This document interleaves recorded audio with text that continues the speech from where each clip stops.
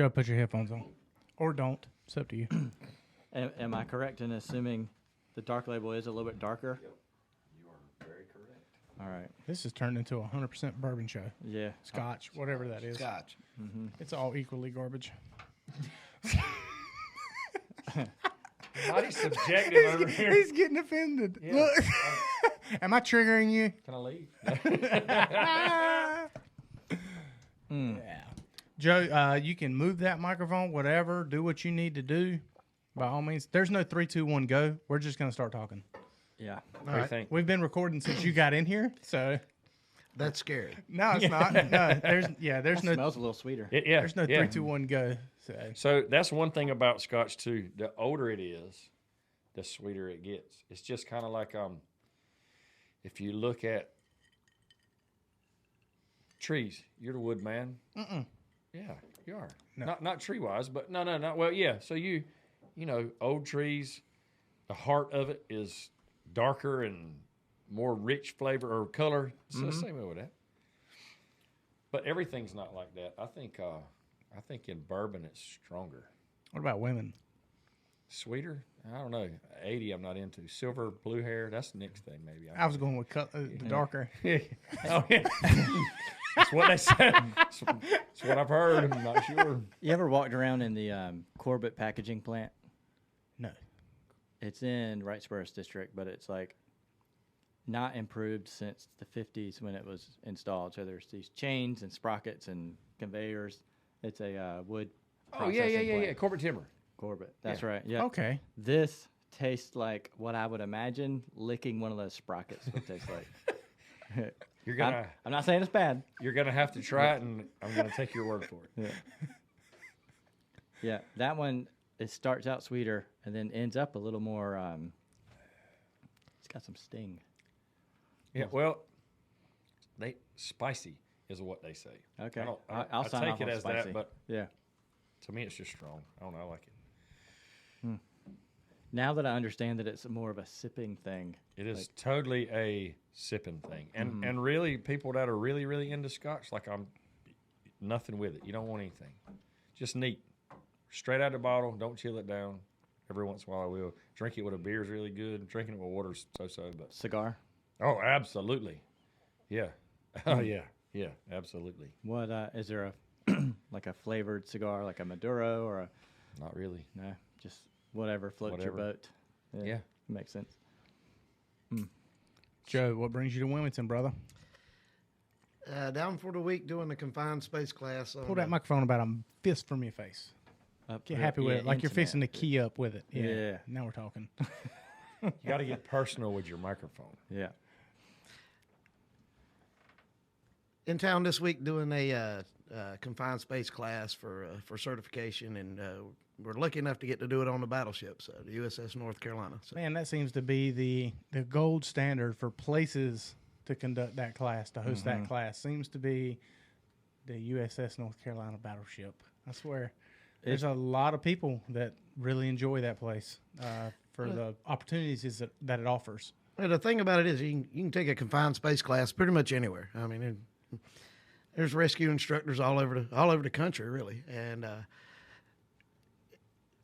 it's kind of unique. I mean, not everywhere has a battleship, and there's so many spaces in there that we can use. There's spaces that that we know about, that we've mapped out, that we plan on using, that we've not even touched yet. And so there's a few instructors that come down, and you have to build up a trust with Danielle at the battleship. Sure. And once you build up their trust, they'll pretty much give you the keys and say, yeah, go have at it. Yeah. I took I think that I took my certification class in this long time ago back in Clinton, but our entry stuff was like through the top of a grain bin that we had outside the station, stuff like that. But then I retook it with you and Tom back, and we had it on the battleship, and it was, man, there's no other experience like it. I loved it. I had myself, Steve Snyder, Reggie. We were all in that same class together, man. We had an absolute blast. Man, we had a good time on that boat. Now, that was a while back. Dude, that's been a long time. You hit the Wayback Machine on that one, yeah. I was at that one. Yeah, so Jeremy was in there. There was, I think I had some photos falling around somewhere. I might try to put them up in the show when we go through it cool. when I'm doing the editing. But I'll definitely send them to you. But yeah, there's the original picture. I think there might have been 1 or 2 classes before mine of the original, the original standing with the class instructors in front of the big guns. Oh, on yeah. the front. Oh, yeah. Now that's the thing. Now everybody's doing it. But yeah, that's 1 or 2 classes deep. So yeah, but the battleship's got to be a popular place for technical rescue stuff. It's pretty Yeah, neat. you mentioned that picture, and that is the thing. Every instructor does that now. And I think we started that. Yeah, we'll say we did. Yeah, that's right. And of course, I got real cheesy with it and advertised on my website. Said, "Come train with the big guns." Yeah. Well, that makes sense. Nice. Those spring-loaded round hatches, if I remember right, they're along the side wall of the ship. But I did an inverted entry into that. It gets bigger once you're inside, but Yeah. man, The opening. Yeah. Yeah. And they're offset. correct. Yeah. Yeah. We did that one this morning. Nice. Yeah. That's so cool. I think the untouched area that we went into in our class was the very front of the boat, where the hatch is in the very front of the boat that goes all the way down to the sand. Yep. That's what's in there now. That was the thing. Snyder was all the way in the bottom, and Reggie took a bottle of water and was like, bloop, bloop, bloop, bloop, bloop, bloop. And it took a minute, and he was like, oh, you son of a bitch. Typical Snyder. Yeah, we'll be doing that one tomorrow. But yeah, I think that was the only. Of course, I'm sure the boat's been probably gone into way further than what we did in our class back then. But that was uncharted territory back then. Was that very front of the boat entry? That was pretty cool. So yeah, it's the battleship, man. Wilmington. Whoop, whoop. Right. Bring it on. Good stuff. Bring it on. I'm jealous that you get to go explore the thing, like the anchor hold, Right. all the chain that goes down to those. The whole place is so cool. One of the weirdest places we put anybody is you go in the turret, and the elevator that brought the bags of powder up from the powder magazine, and we'll put people down in that. And, That's wild. And they're like, "Are you sure about this?" And, absolutely. Yeah. I mean, maybe. Yeah. I mean, it's 50, It's like we hadn't lost anybody yet. But today. We haven't killed anybody today. Yeah. So I've heard that down in certain places, it looks like people just picked up and walked out, and it's still left exactly like that's absolutely true. That's crazy. There's pieces of paper that a guy was writing on when they parked that thing, when they took it to Jersey and parked it. And he was writing on a piece of paper. He laid the pencil down. The paper and the pencil still there. See, that's amazingly crazy to me. I would so dig to see that. Yeah, there's a lot of areas of that boat that general public, when you go to do the tour and whatnot, you don't get to go to, but we get the opportunity in that class. There was several places that it's almost eerie. Yeah. I mean, there's still personal effects. I mean, there's combat equipment, helmets, stuff like that. They're just chilling there, and it's like somebody put this there. What seems like With a several purpose, lifetimes ago. Thinking they were coming back the next day. Yeah. Well, they it seems never like stepped several foot back lifetimes ago, but That's I wild. mean, yeah, here I am looking at it. But you hit a really good point there.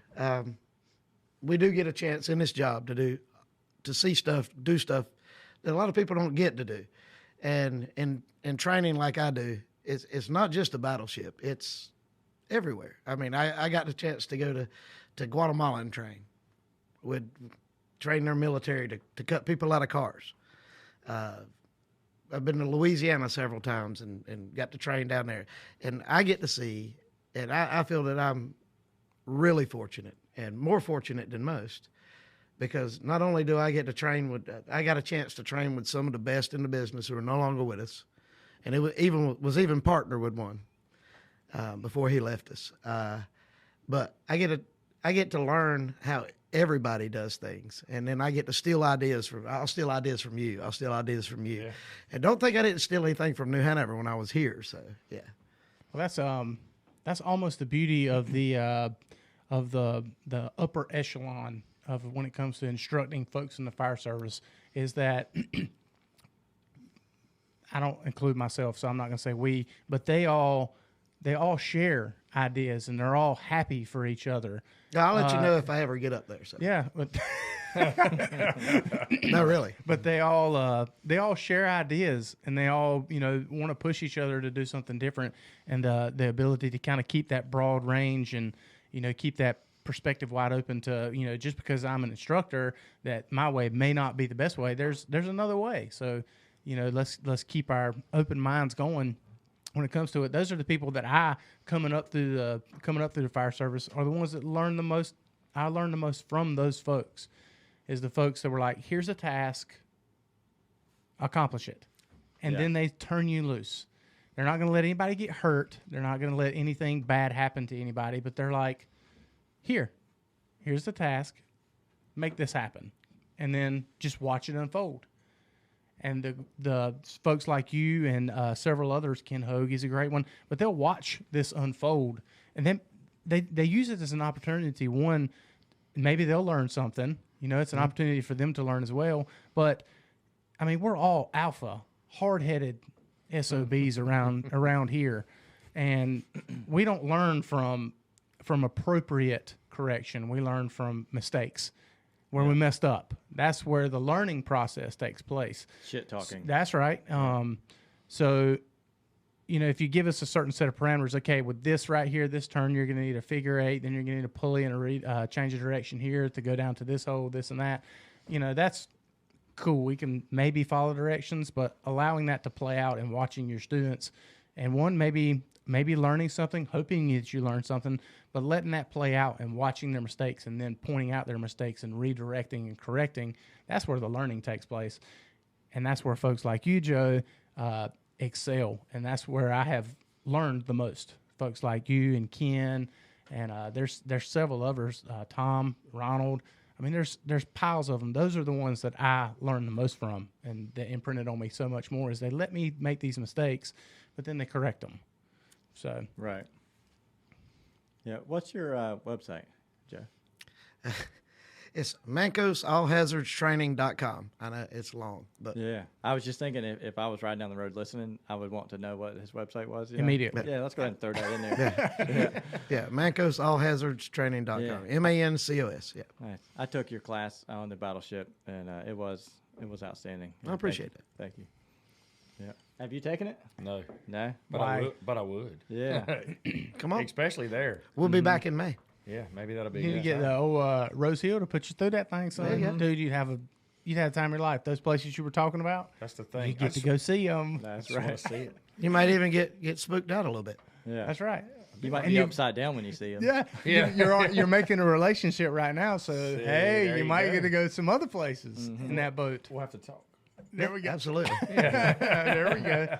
There we go. Yes.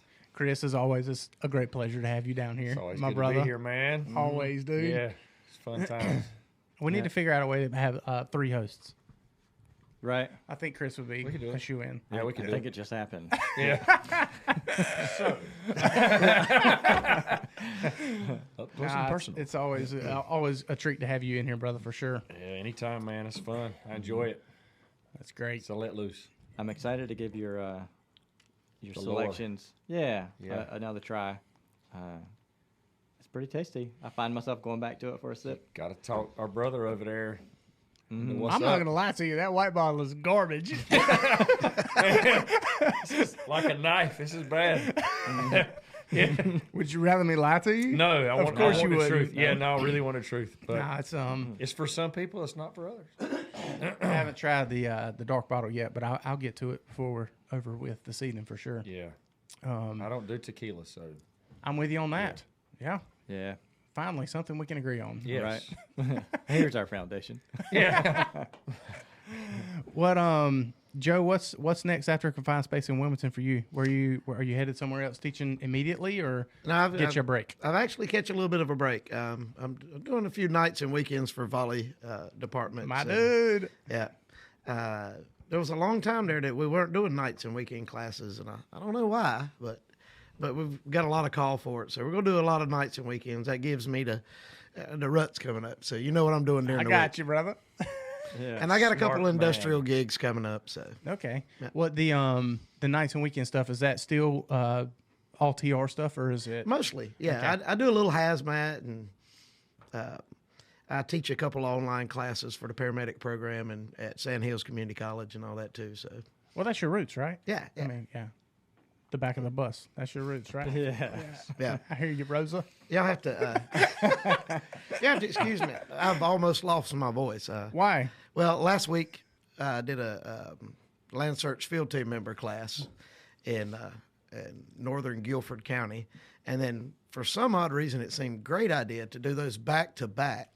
So I'm on like a 9-day stretch, and my voice is almost gone. Well, that's okay. So the good thing is we got a fantastic producer back here that can take your little volume knob and kind of just chase you around with it, so you don't feel like you have to yell. Yeah. We'll do Yeah. that part. You just talk what's comfortable. He'll make you sound like Whitney Houston. I was too. going to say Mickey Mouse before it's all over with.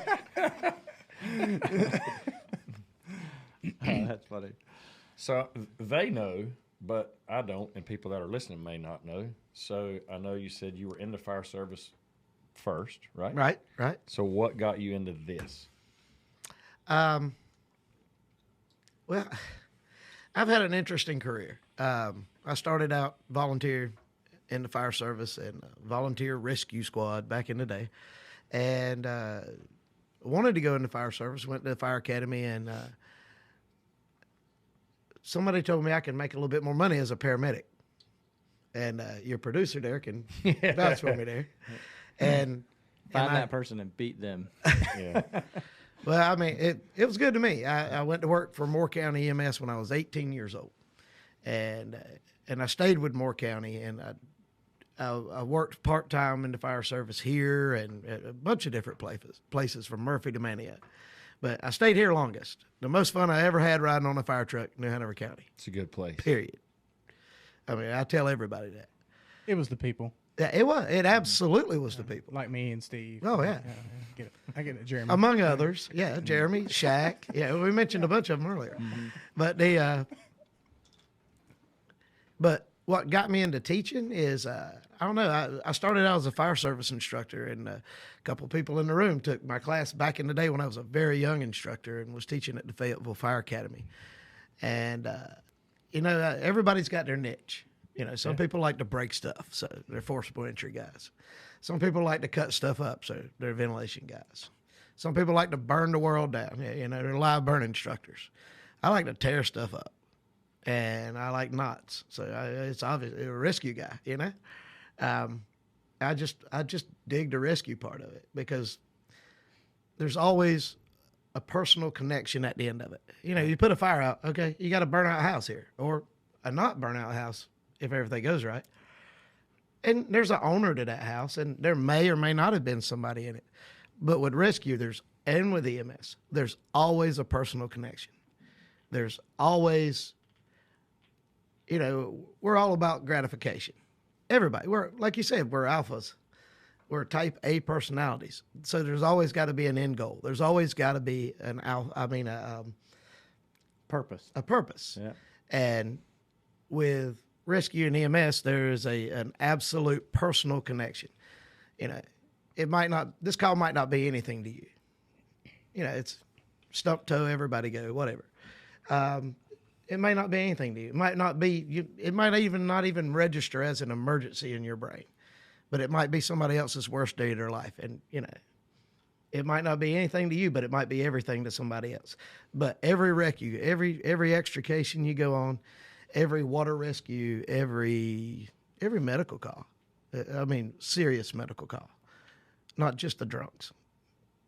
But there's a connection there too, because there is a problem. But at the end of the day, you may beat yourself up. You're going to just destroy your body doing the job, fire and EMS. But at the end of the day, when I did EMS, I always knew, I touched somebody's life in some way. There was instant gratification with that. Mm-hmm. So, that makes a lot of sense. I never have put the two worlds together when it comes to rescue and the kind of parallel correlation they draw when it comes to EMS. That makes a lot of sense, though. Yeah.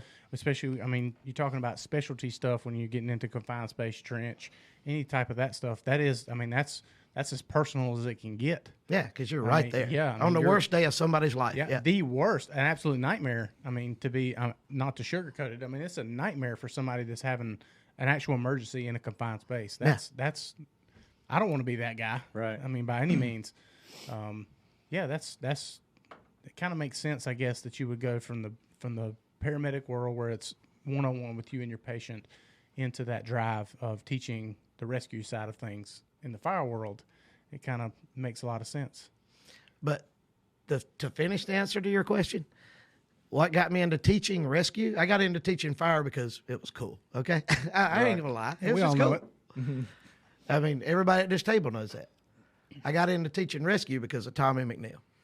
And if those of you that don't know, Tommy was my best friend, and I taught with him for 15 years, and he just left us about 3 years ago. Oh wow. Yeah. So You guys were a hell of a team. When I took your class, it was you two. Yeah, And, likewise. yeah, it was the rhythm, the chemistry you guys had, the way you taught. I really appreciated it. It was a thing to yeah, see. he was a heck of a guy. I mean, Yeah. he really was. Yeah, He was probably he was, in my opinion, one of the best out there. So. And I aspire to be that. Yeah, Yeah. I think you would have a hard time finding people to disagree with that. With Yeah, that, he had a calm that was just like, yeah, it's super chill. But you didn't know him. But I don't know if you want to go in this direction with this or not. But any direction. There is no direction. Yeah. he died doing what he loved. He died teaching a rescue class. Really? His last act on this earth was to scare the crap out of a bunch of students. Fitting. He gave him the ultimate scenario. The instructor, it was a search class, and he was the rabbit, so they found him. Right. And he got tickled. It was something funny. And when Tommy was a big guy, and when he laughed, his whole body shook. And he leaned forward every time he'd get tickled and start laughing. He died laughing. He was laughing at something and pitched forward dead. And they were on him. I mean, and started CPR and shocked him and all that. The guys at Vander Fire Department did a heck of a job. But I mean, if he had a chance, it was there. But Right. it just wasn't meant to be. He's 50 years old, and I turned 50 this coming year, and I'm like, so. Well, that was I mean, not to try to sugarcoat that by any means, but I guess that was his time. The good Lord pulled his card and was like, "Hey, dude, I mean, you're having the time of your life doing what you want to do. Yeah, now as good as ever." Yeah, So, I just think it's fitting that the last thing that he ever did was scare the crap out of a bunch of students. So. it's definitely fitting. It's definitely fitting. I would much rather go that way than in a car wreck or a heart attack at your house or For sure. A week. For sure. We could all hope to go doing something that we love. That's for sure. Without a doubt. What would that be for you, Steve? I love so many things. Yeah. I'm pretty much guaranteed a victory. So Well, that's great. Yeah. You gonna die from plumbing now? Yeah. I'll put that on the list of things I don't love. Yeah. Yeah.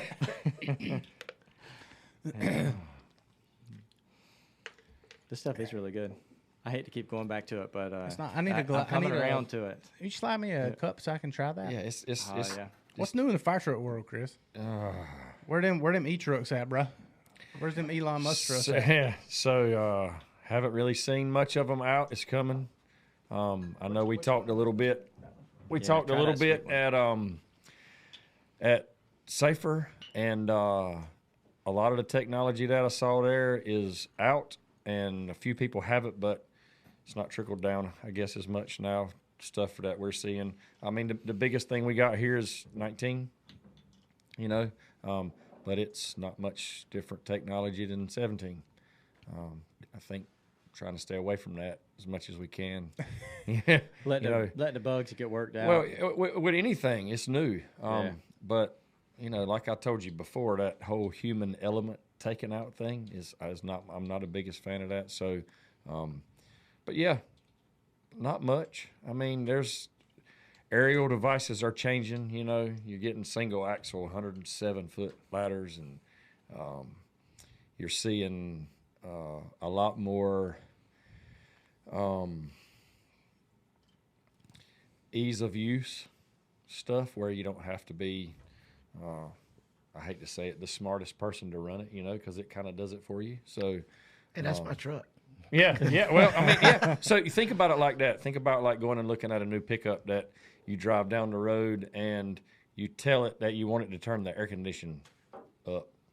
Seems really pretty simple, kind of like talking to Alexa at your house. But the fire truck world is coming that way. Mm-hmm. It's coming to that whole thing we talked about last time about just dragging on a screen what you want it to do. Not the biggest fan, but it's coming. We can't help it. I didn't really see any of that. What's the name of that system? We talked about it. Sam. SAM system. Yeah. I didn't really see any of that at Safer. Is it just I mean, it's out, but I don't think anybody has it. Not around here yet. so it's just not made its way to North Carolina yet? Okay. Not that I know of. I'm not saying that it's not in Sure. the county. I mean the state, but not in my realm. Not at all. And I don't know whether in my realm we'll see it. You know, it's possible. If there was anywhere that I think that would be seen, it would be here, but it won't happen here. Not with the regime that's here. You know, I don't think anybody's really into that. This is a hands-on, For sure. get to work fire Yeah. department. Mm-hmm. You know, I did see, and I think I know we talked about it at Safer, but Joe, this will resonate with you a little bit. I did see some interesting new things, or they're new to me anyway, with ambulances at at Safer. I saw the way they're making that side door to the box. It doesn't swing open. It kind of just slides down the side of the like truck. an old mail truck. Yeah. Like a mail Jeep. I've never seen that, and I was like, that's pretty genius. And they say that's to keep the cops from slamming it. They'll figure out a way. Yeah. But yeah, that was pretty neat to me. There was the tiller that was right in front of our booth. Yep, had the But exact same thing tiller on the door. Doors on both sides, they slid back. They didn't Like a open. sliding barn door or, Yeah, or a dude. van door. It was okay. yeah, but But the it's ambulance nothing. doors. Yeah, were it's like that. nothing in your way. There's no point of that door being in your way. You hitting it, you tripping off the top of that tiller, you know, Yeah. or slamming a stretcher against it, you know, in an ambulance setting. So it's a neat idea. It's very easy to do. It's been around a lot longer than the ambulance has. I mean, it's you know, the old Willis military Jeeps had those. The mail Jeeps did. So It seems like it makes a lot of sense. Just I can imagine just working on the turntable on my truck and then trying to draw that picture as working on the backside of a tiller. You know, the more stuff you have poking out or sticking out while you're trying to work around that turntable, it seems like a lot. You know, it's just stuff you got to move around, and there's so much opportunity to fall off or have some kind of accident. And I'm sure it's the same with a tiller driver. Those doors sliding backwards is not something that he has to close to get to the front or something like that. So that's right. Ambulance, it's not something that they have to walk around. Just so simple, but so functional. Seems to make a lot of sense. Well, speaking of tiller, this is something that I have noticed. So in the past 6 years, we'll just use 6 years, I see a lot more smaller rural fire departments getting into the aerial business. Okay, and rightfully so, because now your rural communities now are not. There's not as much land there, so people have to go up. There's no other way to go, up or down. That's it.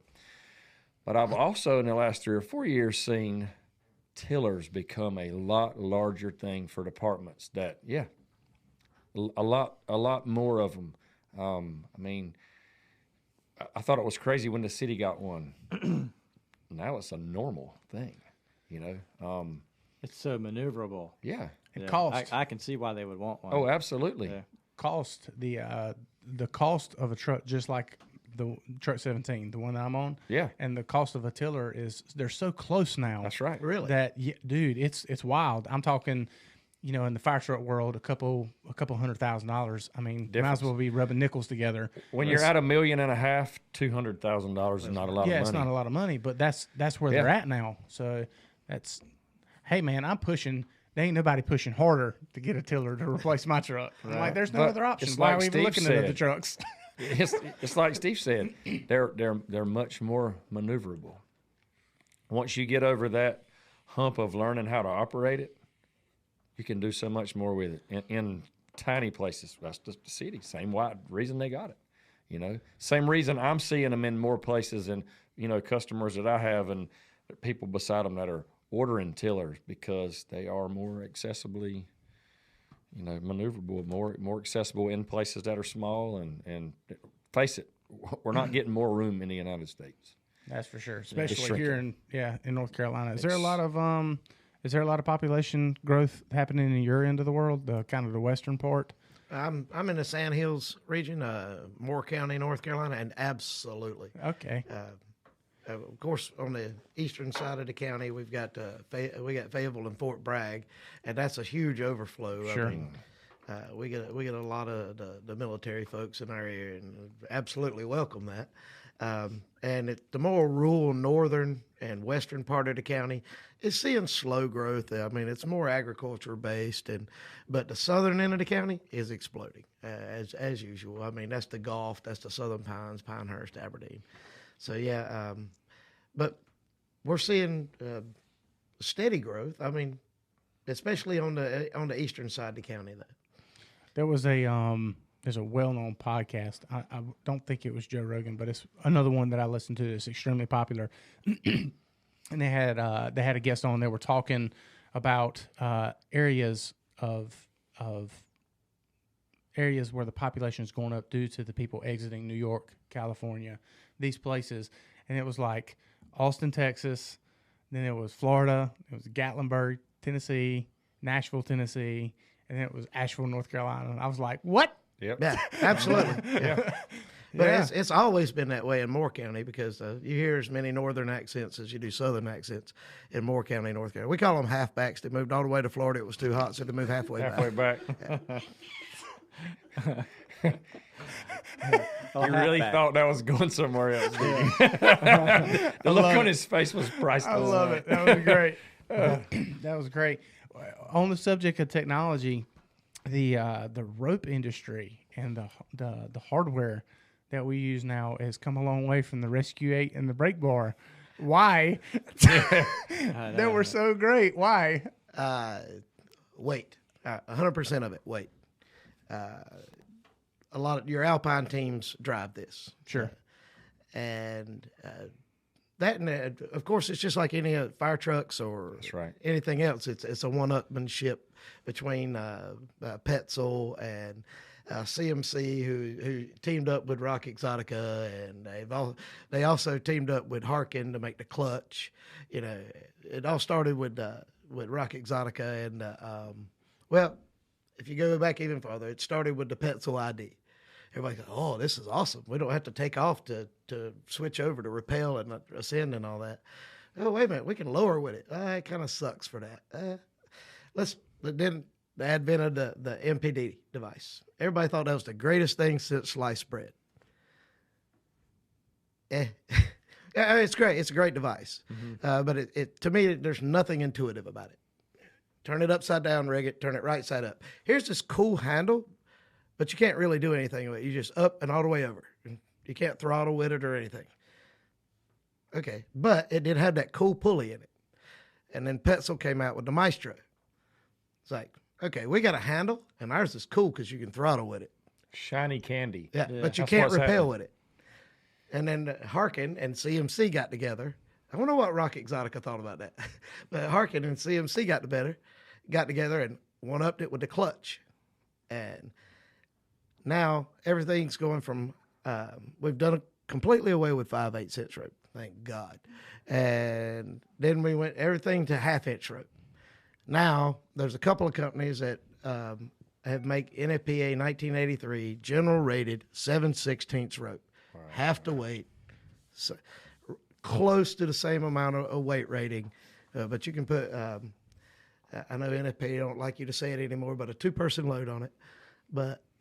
And now, guess what? Everything you bought, now your 8-plate, your brake bar rack, they all still work with, don't matter what size rope. Right. All these fancy toys you bought for half-inch rope Won't work now. won't work on 7/16. You got to buy the 7/16 version. So, and what's driving that? Weight, and just being able to have twice as much rope at the same weight, or the same amount of rope with half the weight. But we're still at half-inch. When you're talking about weight, you're not talking about the weight that the hardware and the rope can handle. You're talking about the actual weight, the that physical weight hardware- of the equipment. Okay, all right. And if you're on an Alpine team, and like I said, Alpine teams drive this. Sure. If you're on a wilderness team or an Alpine team, you don't have to tote that crap. Yeah, weight is everything to them. Yeah, that makes sense. I mean, riding a rescue truck, I mean, you got the big red truck or the big white truck down here. You got the big truck that brings the big rolling toolbox, And it's not that big a thing. You go, okay, we'll just pick the pack up and walk over here and do our rescue, if you're lucky. These alpine teams up in the mountains or in the Swiss Alps or wherever, they've got to tote all this crap up there. And it's all about weight. We've gone from steel carabiners to aluminum carabiners, and that is weight. And they cost the same. They're rated the same. Why would you buy steel ones now? But that's what's driving this whole change of everything. That and companies trying to one up each other. That's right. Capitalism at its best. Yeah. Do you see the folks that you have come into class, like confined space? That's obviously a little bit more advanced course. But some of the older folks that are coming into maybe just getting into the confined space stuff where they're seeing these new devices for the first time, is there a bit of a learning curve? Oh, there's absolutely a learning curve. I struggle with it bad. Here in the county, we'll come through and Bobby Jean, he'll have, he'll have sourced and done so much homework on this new device, and then we'll get it and demo it and this and that, and it's like, dude, just give me my 8. I can handle all of that, with this. Why do I need to learn it? But I understand. But are you seeing that in your classes? No, absolutely. I mean, even this week, we've got a more experienced captain from the city of Raleigh, and we'll break out some of the newer stuff, and he's like, he's like, why? But once he used it, the thing about it is if I use a Petzl Maestro, I can switch from a lower to a raise, from a raise to a lower without having to switch equipment. All I got to do is add a pulley, take a pulley off, add a pulley, take a pulley off, to switch from a lower to a 3-to-1 Z-drag. And that, to me, is worth it. Sure. And you don't have to prove it. That one device does the work of 4 different devices. And I'm like, yeah, okay, I get it. Is it worth $460 to $750? According to which one you buy. That remains to be seen. Well, for the one time. That's it. I mean, the one time that you need it to do that, serve that purpose, and possibly save that personal connection that you were talking about earlier. Yeah, you can't put a dollar sign on that. I actually used it last week on an actual rescue, and I was like, okay, we didn't rescue a person. We rescued a dog from a mine, but it's still a still rescue. a rescue. Sure, yeah. A beagle dog from a talc mine. So yeah, nice. But I lowered the guy 50 feet. He went there, got the dog, and then we just switched over, had the pulley, and snatched him back out. So easy peasy. 15-minute job. That's awesome. Yeah. So, Yeah, rescuing dogs. That's like yeah. You put that on your resume, it's worth 2 or 3 pages. I mean, it might as well be a human. He just got a whole group of people sign up tonight. Yeah.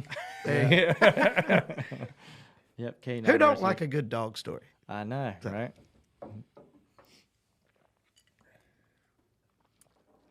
Did you have to do much altering of your teaching and all that stuff through the last year and a half of 2 years? Man, it's been a long time. What, with the equipment? No, it's just all the COVID and rules. Like, did you have to change your teaching, or how'd you adapt to that whole situation? There was a lot of classes that didn't make. I mean, people canceled because they were scared, rightly scared. They were going to get sick. Yeah. Another thing is folks in our business got extremely busy after the initial scare of COVID. Our business went to nothing. Yeah. Our EMS trucks just screeching halt. And before I retired last year, I was in the office, and one of my things is I track numbers. I mean, we went to nothing. But once it started back up, it was insane, and still is. Yeah. It was insanely busy, and nobody really had the opportunity to send their people to training. Fire service, same way, because we're running EMS calls too.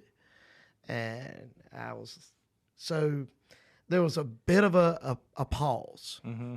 But when we started back up, we started back up in full force. But the thing is, and we'll still be scheduled to go do some one-on-one training with the department, some just-in-time training for some stuff. And they'll have COVID go through the department and wipe out a shift, Yeah. for 2 weeks. I mean, they're wiped out. So they're like, man, we got to cancel you until next time. And I get that. As far as altering the way I do things, I don't like it. And I'm not going to get into the political part of it because You can. I don't care. I mean, about the political part of it. But I don't like wearing a mask when I teach. But if it's wear a mask and I'll pay you, or don't wear a mask and stay home. Yeah. Show me the money. I'll put the mask on. Yeah. Yeah, right. So you talked about the calls going to zero on the EMS rigs. I'm sure that you and Jeremy could probably collaborate on this. But what's the what do you attribute that to? Why did scared. They yeah. were scared. I mean, the So you general just weren't public responding? was terrified. Yeah. Well, just I mean, the EMS people just weren't responding, or was it just a lack of No, people we were calling responding. 911? We were on shift. We were there. Nobody wanted to Okay. go to the hospital. Everybody was terrified to go to the hospital. I've cut my finger off with a saw, but I don't want to get COVID. So Yeah, I'm going seriously. to put a Band-Aid on it here Yeah. at home. I'm gonna stay at home and have a heart attack and die because I'm scared I'm gonna get COVID. I mean, and that sounds extreme, but that's exactly what was going on. Okay. Yeah, our CPRs went to nothing. You know what went up? People we were finding dead at home. I mean, so Yeah, DOAs and whatnot. Yeah. I guess that makes sense. Now it seems like the opposite way. yeah, It's- the pendulum is swinging the other direction. yeah. yeah. That's wild. But I do have a COVID question, Uh-oh. and you said we could go political if we wanted to. But, Dude, this is our show. We can talk about whatever Yep. we and, want. and this don't necessarily have to be with the fire service, and it could be with any job. But there's healthcare organizations out there that have the COVID vaccine mandate. People are leaving $100,000 a year jobs Because they don't want to take the because they don't want to take that. And I don't care whether you take the shot or not. Okay, I got mine. I'm good with it. If you don't have yours, I don't care. Yeah. I mean, but I think it's a personal choice. I do, and I'm not going to get into the organization that I used to work for. They currently do not have a vaccine mandate. A huge corporation here in New Hanover County just came out with a mandate. Huge corporation. Which one? I might be doing some work for them here in the next little bit, so I don't want to mention them. Ah, damn it. Yeah. I got you. Yeah, but a big outfit is Yes. mandating it. Yeah, and it's big industry, Okay. and I might be doing some confined space for them. So I stuff got soon, you. So I don't want empty my own wallet. I got you. Yeah. But they just came out with a mandate. And we're talking about guys who get paid six figures to sweep the floor. I don't want to tell you who it was. I got you. They're walking away from it. Where in New Hanover County or southeastern North Carolina are you going to find a job like that? And I get it, but I don't. Your thoughts? Ooh. Man, he pushed it over to you. I'm so happy. If your organization said, Oh, man. I've been asked this before, never publicly, like I'm fixing to be. I'm outing him. Yeah, no, it's fine. I've been waiting for it. It's inevitable, by all means. What a better setting. Got two great guys to talk about it with, and the company of my own people. But man, I don't know. When the vaccine mandates first started coming out, my wife asked me, Holly. She said, she was like, "Well, what if New Hanover goes and makes it a mandate where you have to get the vaccine or you can't work?" I was like, "Well," I said it'll be a tough decision, and I don't want to have to make it until it comes to that. But I'm gonna tell you what, my ego can't pay the bills for my family. Amen. As much as I want to be abrasive and what it may be, and I will be. I mean, I get tested every 7 days now, Yeah. and I have a positive antibodies test. So I mean, I've had the virus at some point, and I have that, but that's not good enough. But if it comes down to me being able to provide for my family, or getting or not having a job, I mean, maybe I can make enough odds and ends to pay the bills. But man, that insurance, dude. Yeah. God, Yeah. if my son breaks his arm, or if my wife's in a car wreck or something like that, Yep. damn it. Yeah, I don't know that that's a hole that I have a lifetime to dig out of. So I don't know. I'm still very undecided. If it came to that, what I will do, the person that I want to portray says that hell no, I'll never do it. But in all honesty, man, I don't know. I've got a big ego, but I don't know if it can. My ego can't support my family. So no matter how good I am with my mouth and my muscles and everything else, I don't know that I can support my family with it. So that'll be a tough decision. Thankfully, haven't had to make that decision yet. And hopefully you won't. I'm against it 100%. We're almost 2 years into this, and there's enough evidence out there and enough research out there for people to make their own damn decisions and just let them do it. If you get the virus, you know what the outcome of that may be. There's a vaccine. Here it's provided for. It's provided. We can't say that you're not going to get the virus. We can't say that you're not going to spread it to your loved ones. None of the research backs that. But your likelihood of going into the hospital and actually dying from the virus when you're vaccinated, that scientifically is proven to go down. Okay? Drastically go down. Here's the research. We're going to open up our country and get back to normal. You make your own decision. Mm-hmm. That's, to me, what America is. And that's the kind of choices that I would like to be presented. It's just like our benefits package that comes out that we have to redo every single year. We have short-term disability, long-term disability, legal service, benefits options, this and that. Cancer policies. Yeah. Here's all these things. Here's the issue if you don't have them. This is what could possibly happen. But if you get cancer, if you get cancer and you don't have this, you're going to be on your own. This is an option that you can pay into, just like the vaccine. This is an option you can get, but you don't have to. It's up to you. In that case, it's your money. In this case, it's my health. I don't know the long-term effects of the vaccine. I don't know. I don't know. Yeah. Nobody does. Right. We haven't been doing it long enough. And Jesus Christ, if you try to listen to anything that goes on in the world nowadays, whether it be through any news media, and I don't care if it's Republican, Democrat, liberal, any of it, none of it makes any difference. It's all conflated to one side or the other. Mm-hmm. And there's like maybe two outlets that kind of split parties. They're just giving you the information that they have. And still, even then, it's so undecisive. So I don't know.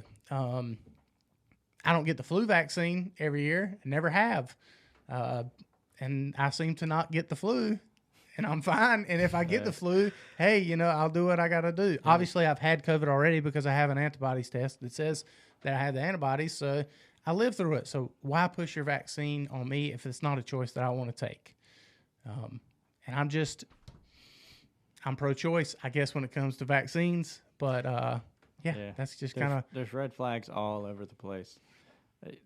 What you're describing, that whole providing for the family, your source of income, and having to decide, am I going to get this medical procedure that's being forced on me? That's a pretty un-American position to find yourself in.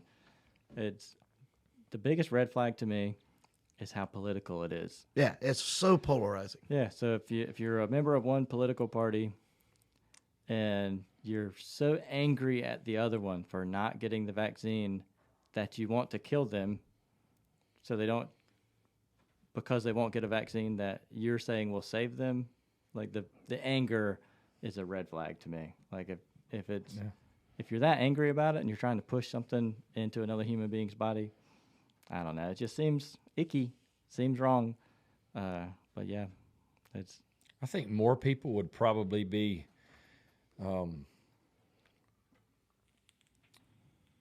positive on getting it if it wasn't felt so forced. Yeah. Every vaccine that's ever been was new at some point in time. That's right. Okay, every vaccine. And everything that happens, if you think about it in a couple of different ways, but I was having a conversation with somebody not long ago, and we were talking about how used to, way back in the day, there was no speed limit, okay? And you could drink a beer and then get in your car and drive. Well, at one point in time, you could drink a beer in your car while you were driving without your seatbelt on. Well, now there's been a law for every one of those things. So that was forced on you. But it allowed you to be able to still drive. Right. So it's kind of like the vaccine thing. I'm against it too. My wife and I don't have it. I'm not planning on taking it. But if it comes down to feeding my family or her feeding our family, absolutely. You would have to have some sort of a change in mind, because you can do what you said. You can show your true grit and say, I'm not doing it. Shit on it, stay home. But how long are you going to be able to do that? Yeah. Have you guys seen the C-SPAN video clip from, I think it was 2019, where it's Fauci and, am I saying that right? Fauci, whatever. It's Fauci, that dude yeah. and a bunch of other doctors talking about how they need some kind of big disaster to get the vaccine to be able to try their whole thing. And I heard about it, and I was like, that cannot be real. So quick Google search, found it, and I'm like, what the fuck am I looking at? What is this? Yeah. Once I saw There's your that, I reel. was like, they'll never poke me in the arm or foot or leg or anywhere with whatever they're selling. Once I saw that it was a plan. What happened was a plan. So, nah, I'm out. I want to discredit all the conspiracies that I can, but I mean, there's too many of them, and that's both sides. I mean, I'm not saying one side or the other, vaccine or not vaccine. There's so many conspiracies and misinformation on both sides that Jesus, how can you possibly expect a simple-minded fireman, I mean, to try to decipher what I'm supposed to do? And if you're asking me to trust the people in my local government, then you're silly. Because I mean, I can't. Yeah. I've lived the life and served in the community of the policies that have been created in the past, whether I agree with them or not. And I've seen some great ones, and I've seen some not so great ones.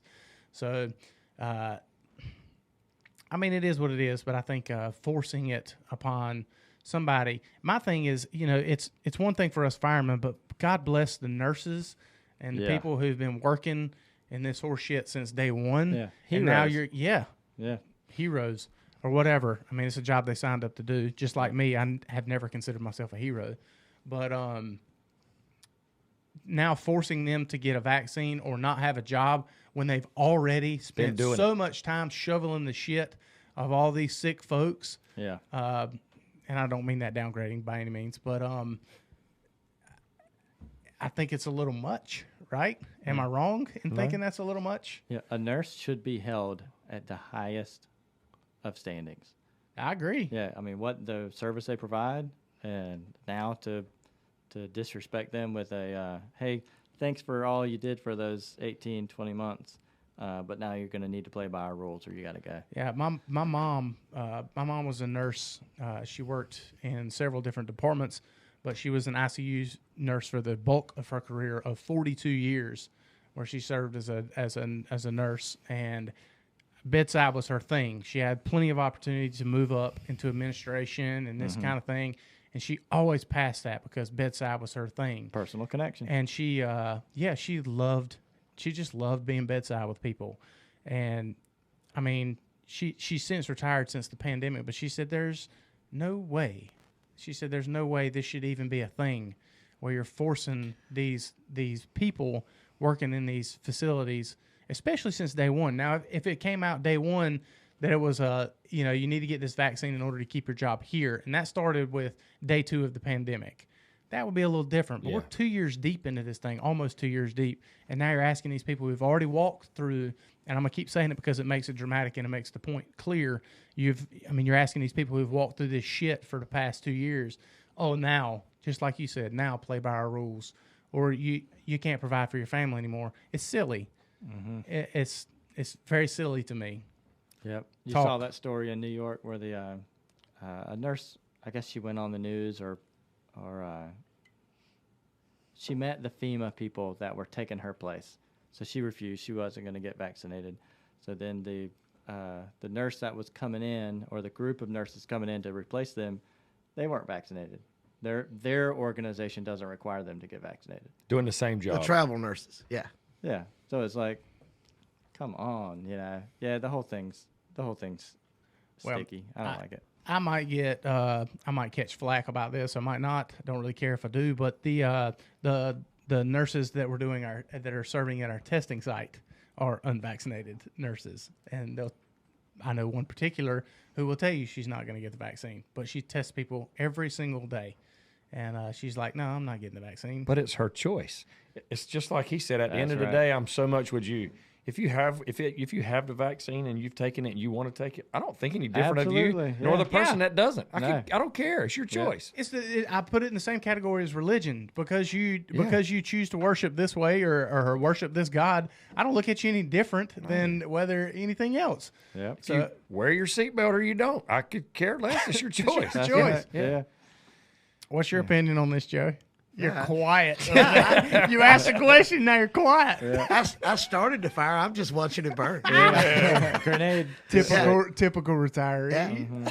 Yeah, I think I picked a heck of a time to retire. I don't disagree. And I took the vaccine purely out of a it was a personal choice, but I'm greedy. I really am, and I wanted to be able to travel. I wanted to be able to hang around anybody I wanted to, vaccinated or unvaccinated, and have less of a worry. A good friend of mine, I'll say his name, John Wilson, heck of a fireman. I mean, one heck of a fireman. Southern Pines Fire Department. I did his rescue training, by the way. But he,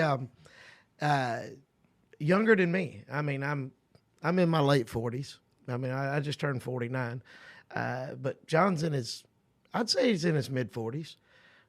And I mean, he's a stud, heck shape. I mean, just a stud, a bull, and a month on the ventilator. A month. You know, we were thinking, you know, it's gonna attack the very weak on both ends of the spectrum. No, it's getting in the middle of the road guys. It's getting the guys that are in great shape. And I mean, I was getting ready to say goodbye to my buddy, and you know, that I'm like, yeah, I'm gonna get it. Yep. They gave me the opportunity. I went and took it. So, I mean, I still work part-time for the county. I'm still a paramedic, considered a first responder. They said, hey, you're in the first round. You want to go? I said, yep. Sure. Roll my sleeve up. Let's do Sign it. me up, he says. Yeah. Because I'm selfish. I want to be able to travel. I want to be able to fly. I want to be able to I've signed up with a company to maybe do some confined space standbys overseas, and you can't fly overseas unless you got it. So, yeah. But, you know, that's not a wrong reason to do it. Nor do I consider it selfish Right. whatsoever. Exactly. I don't That's consider not that a wrong selfish. reason to do Describing it. it as selfish doesn't resonate with me because I don't consider that selfish. No, it's a Personal choice. choice. It's That's a- the choice you have. Yeah. And that's what I have friends who have fought and died for is your ability to make that choice for yourself. Yeah. So I don't consider that selfish. No, not at To all. me, you're not selfish Yeah. because it's just your choice. I mean, it was self-driven. I mean, that's my Yeah. choice was self-driven. Sure. Yeah. Choice. I didn't do it to be noble or, you know, to help other people out or, you know, Right. I won't give it to you or anything like Yeah. that. No, I just, I wanted to travel and have my paycheck. yeah. It's a valid reason to do it. I Yeah. totally agree. It is. It's not a. Yeah, it's a valid reason to do it. I've got a friend who's he serves on the board with me for the little local Dixie Youth Baseball. But we got a kind of similar conversation like this. You know how that's the topic nowadays. Right. And basically I expressed kind of the same thing that I did here. But he was like, man, he said, I got it for my kids. He's a single dad. And he said, you know, it's just one thing that maybe I can do to, you know, if I get COVID, then, I mean, there's a chance it could take me out of this world. I could get the vaccine. There's a chance I could have side effects 30 years from now, but at least my kids will be grown up. Yeah. And, you know, they'll be able to fend for themselves. Right now, they can't. Yeah. Without me, they go into foster care or whatever. He said, so, you know, I did it for my kids. And I was like, what? Dude, that's a damn good reason. Yeah. I mean, Well, my you don't kids have to convince me. I mean, Right. My kid's a freshman at ECU. I think y'all know that. he needs different vaccines. Yeah.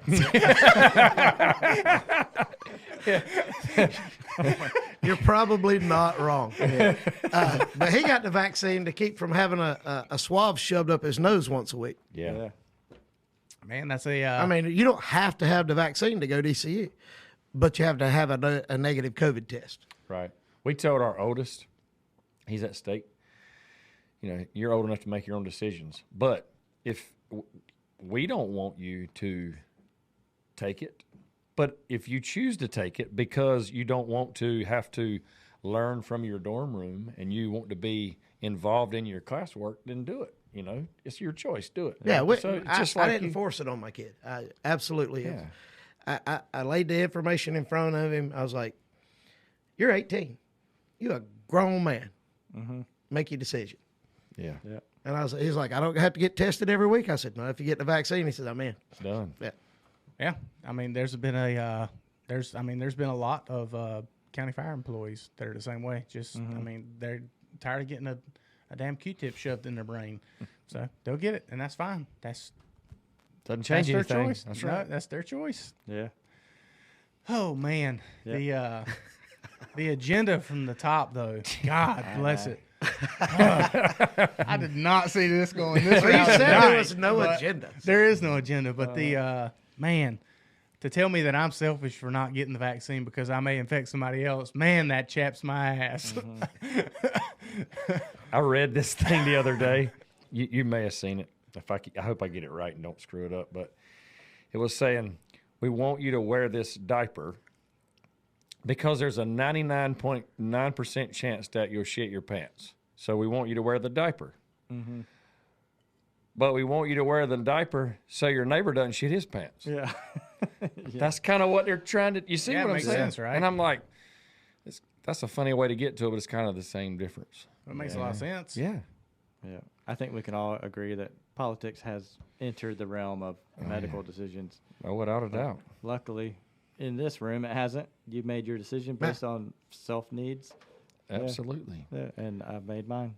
I mean, Jeremy, you were you vaccinated and then got the virus? Yeah, so, hilarious.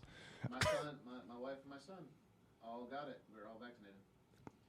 Yeah. But we fared well. Yeah, you got through it fine. Yeah. Do you think you would have got through it fine without the vaccine? Knowing some of the people I know that have gotten hospitalized, probably not.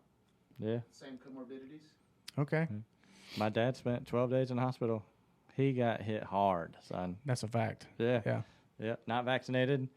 He definitely was circling the drain. He survived, but it could have been the other way, and we wondered, like, when he was sick, it's like, shit, should we have done it?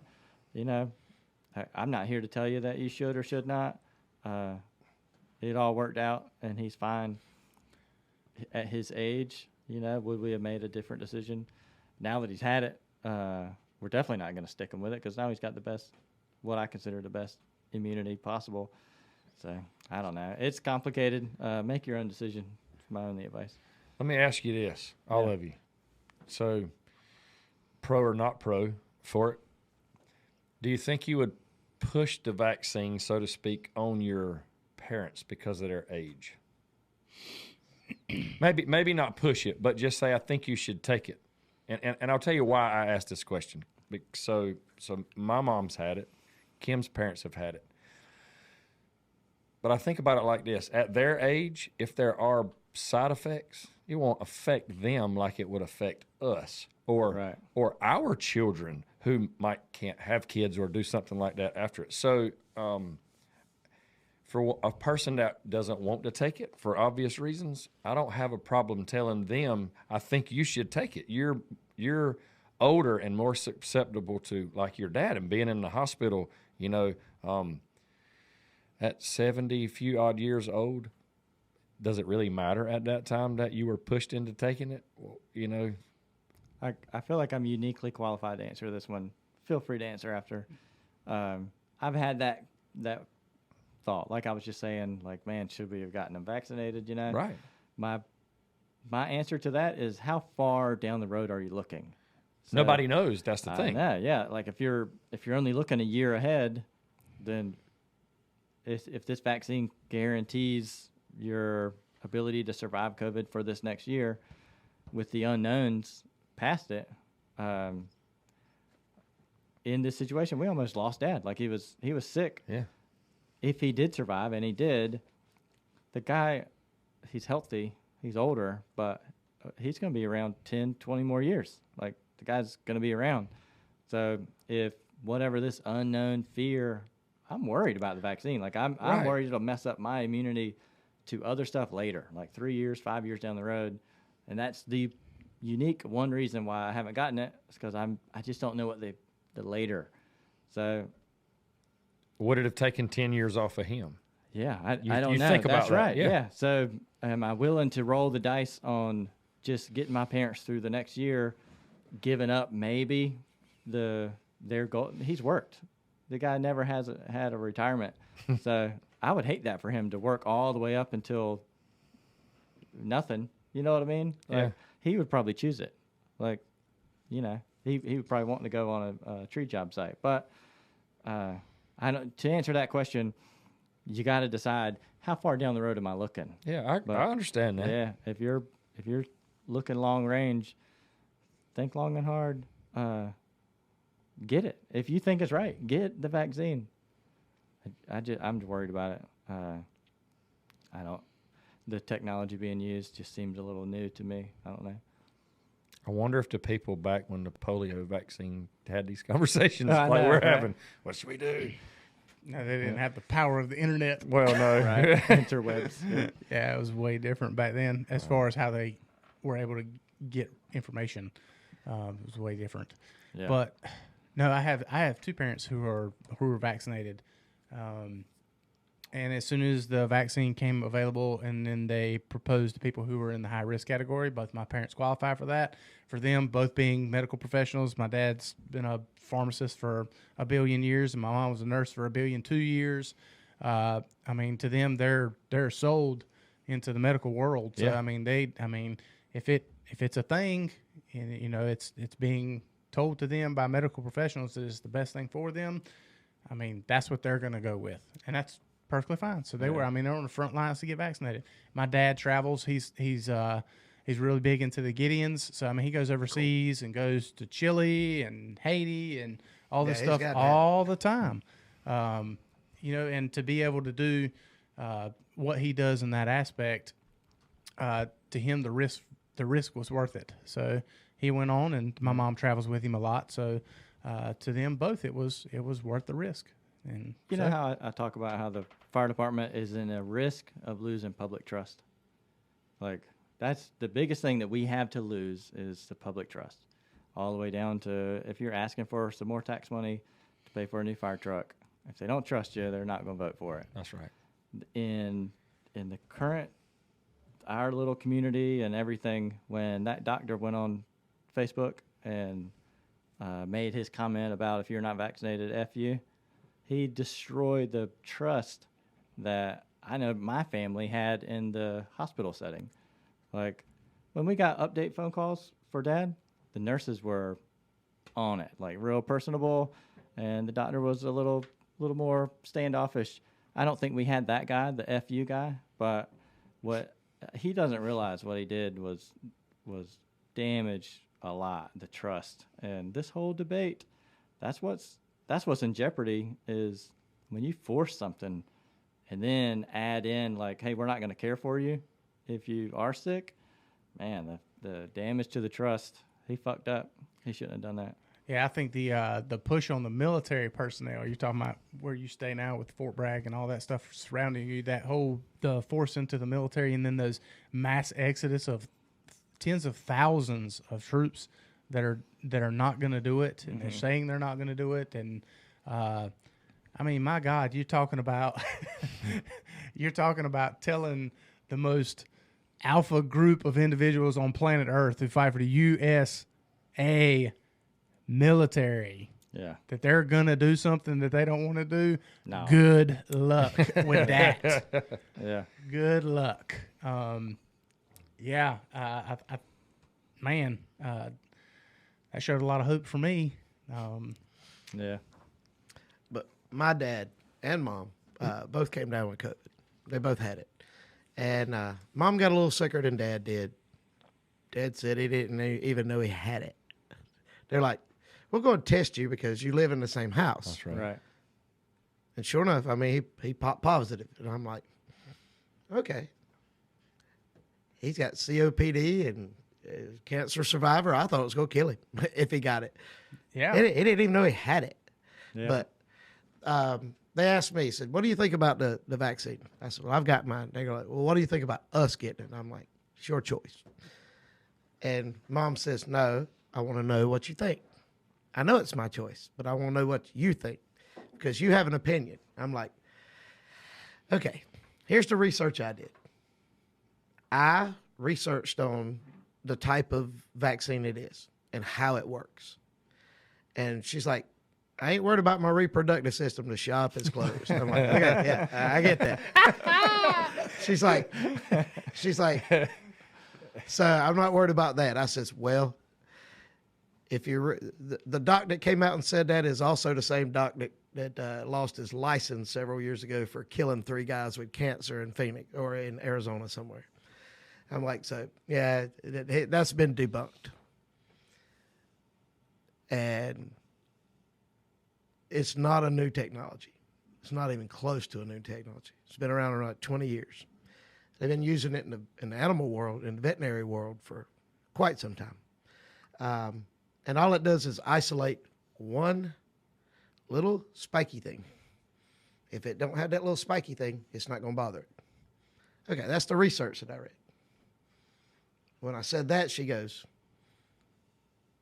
what else has that spiky thing? I said, that's the great thing about it. Nothing. That's why it's called a novel virus. She goes, okay, that makes sense. I says, turn off Fox News, turn off CNN, and ask, somebody smarter than your son. Right. But this is my opinion.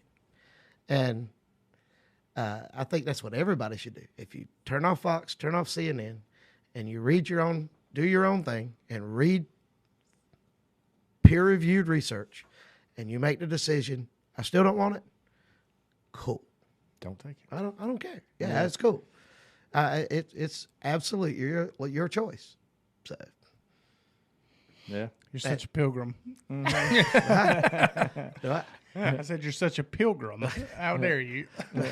I mean, and to quote Forrest Gump, that's all I got to say about that. So. Jeremy, you got anything to add to this? I know you're over there biting your nails and picking, and everybody knows. I've offered my seat twice. I've offered it twice. I'm like, Jeremy, this is you, dog.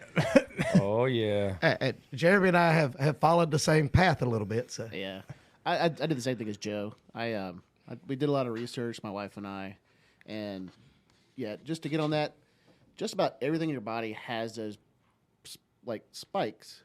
It's just it's a receptor. So it's not a receptor, but it's how the body recognizes what things are. But those white blood cells use those receptors to identify is this self or non-self. Right. And then they also can look at other stuff on the cell body of the antigen or of a invader and be like, that's non-self, but that's also a bacteria. That's a virus. They can tell. So it knows which way to trigger. And so that little spike protein, like you've heard of H1N1. Well, that's the spike proteins of that flu virus, that specific strand. There's 2 of them. So they do different things, but that's how they program the vaccine. And so that little spike protein using mRNA is only in the body a very short time. It's a very fragile piece of protein. Or it's not even a protein. It's not even a protein, but it's a little strand of nucleotides. But it degrades so fast. They found to where it doesn't really travel and sit. I mean, it does travel, but it doesn't sit anywhere. I mean, they can't. I mean, obviously, there's always potentials for long-term effects, but I don't see it with what we have. With what's been advertised. Have you, in your research and hanging out with your medical people and whatnot, have you, I said your people. Yeah. Now, has any discussion come up about the life of the vaccine? No. It seems like the big thing now is the life of the vaccine versus the life of natural antibodies. So the biggest challenge with it, the vaccine now, is it was built for the alpha strand. Right now we're in Delta Plus. So Which and like there's some like Lambda and Mu variants, which they say as long as the spike protein isn't changed, it should still work. And plus, your body's already, if you have a vaccine or if you've been exposed to the virus, your body's got a memory built up. You know, they can't guarantee how long that memory's going to last for. The reason why we get a flu shot every year is because the virus mutates, because it's got such a high rate of once it invades, it proliferates very fast. Well, COVID's faster. COVID takes less viral particles to enter into you to infect you versus what flu does. And you can, I can't remember if it's got like an R naught value of 6, whereas like one person affects 6 people. I think flu might be a 1 to 4. I don't know.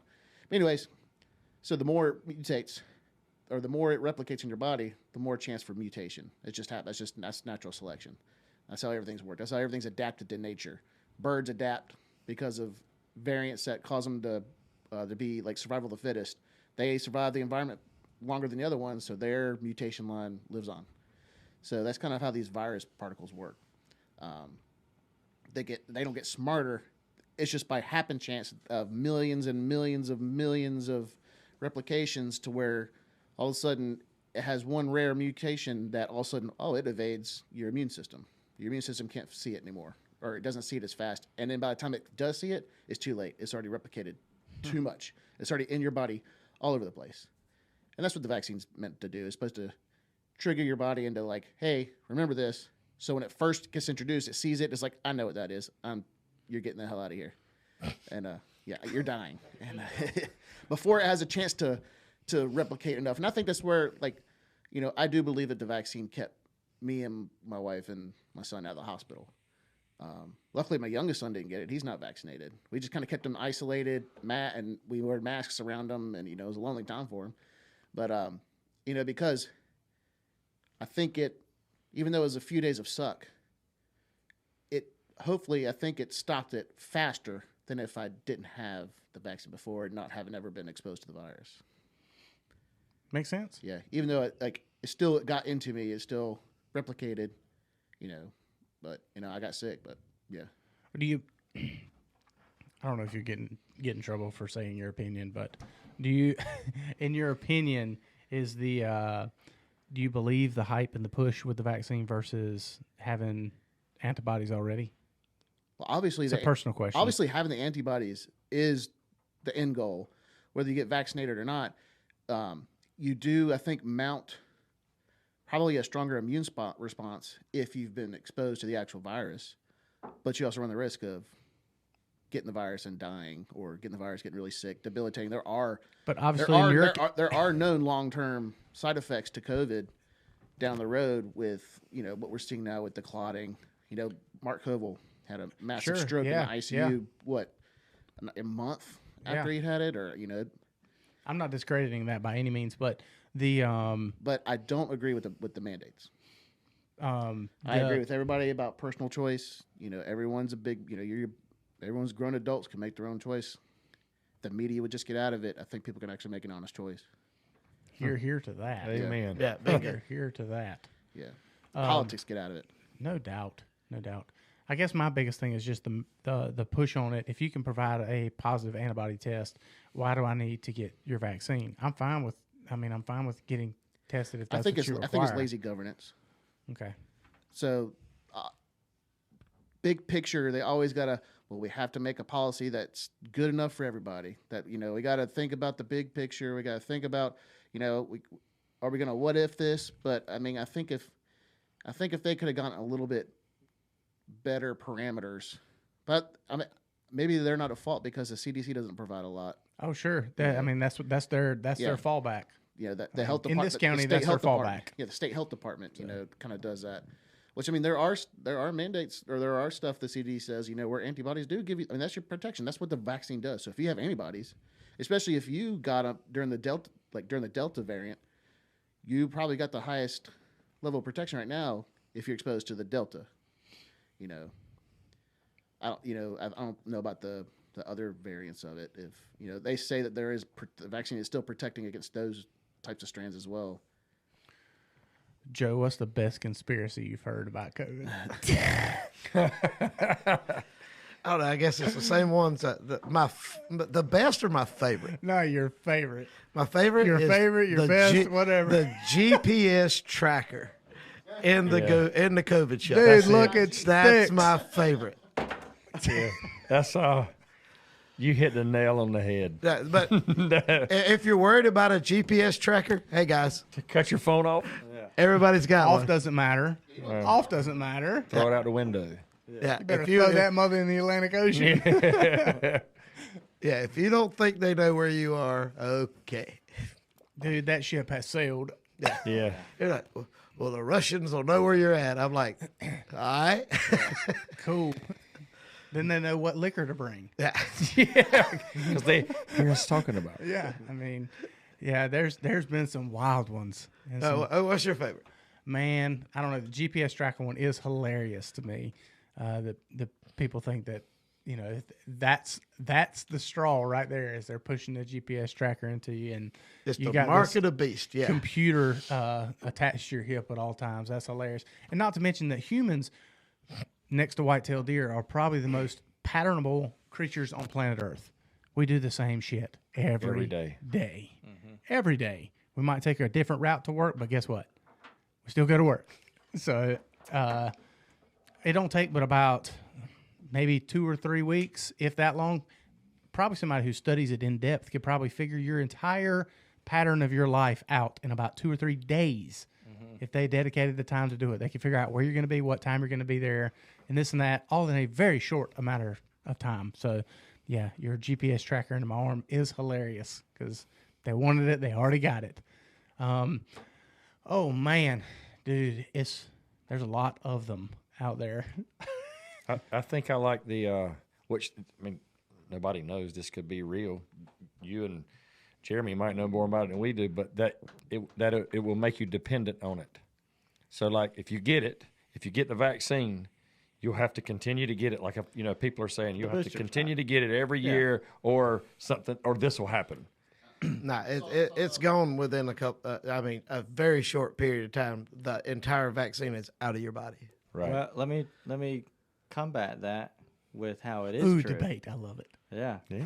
So is it Australia that reclassified? So if you got vaccinated and got the first booster shot, now you re-qualify as unvaccinated unless you get their third booster shot. That's government again. The government in which you live under and pay taxes to deems you unvaccinated and unable to move around unless you get the other one, the fourth, the fifth, the Right on out. the Zelda, whatever. Then that says that conspiracy is true. I'm not saying the science is there. No, and I don't think that the science part of it is true. I think that's like a scare tactic, just the same way we're talking about. Is it true they war gamed this whole thing right before they did it? Man, I don't know. I've heard that one. I'd like to think that our government is way too dumb for that. Just that's to me. Pandemics before. No, this one. God, I wish I could remember there was a war game, and there was this conspiracy. Sure. Yeah. But the war game and the whole exercise happened right before COVID. And the name of it was like, oh my gosh, are you kidding me? I can't remember the name, but the name was like one letter off of like if it's COVID, it was COVID, but it was something like that. Like I've actually heard that. Have you? That conspiracy theory. yeah. Conspiracy theories are awesome. Dude, they're fun to dive down. Yeah. I like the. What about the one of it coming from the Chinese lab, from the Wuhan lab? That was a conspiracy for a long time. Now they're kind of The thinking bat it may- virus? Yeah. Now they're kind of thinking it may have, and then maybe it was planned, and then maybe it wasn't planned. Yeah. You heard that term, plandemic? Pandemic. Oh yeah, Yeah. I think that's actually a YouTube video. As a matter of Yeah. fact. It is. Yeah. Have you watched that? Yes. What do you think? It's a stretch. Yeah. Like I said, man, it's the same thing with the 9/11 stuff. For all the people who think that was planned, I think our government's way too dumb. Have you seen what's on TV when it comes to our government? the public figure that yeah. is our government, aka our president, right now. I mean, have you seen that? And then you're trying to tell I don't have me regular TV anymore. you're so- trying to tell me that this thing around all this is capable of that? Come on now, they're trying to figure out how to tie their shoes every morning, and then you're trying to string together something like this. But it goes on. I mean, this has been going on for before we were around. Was there a shooter on the grassy knoll? I mean, really? Yeah, dude, we can get deep Conspiracies. in this. This is America. We're built on conspiracies. I agree. Yeah. It's what makes our world interesting. We were talking about after our last show with Scott. Like I said, we were off air. I even think he might have been gone, but we were kind of talking about our lineup of the next guests that we wanted to have on month of November and December to kind of close out the year. We were talking about trying to find a good. We haven't had a super great we want to end the year with a really heavy show on mental health. Y'all have any ideas? Yeah, get a bunch of burnout paramedics in here, and they'll. I don't disagree.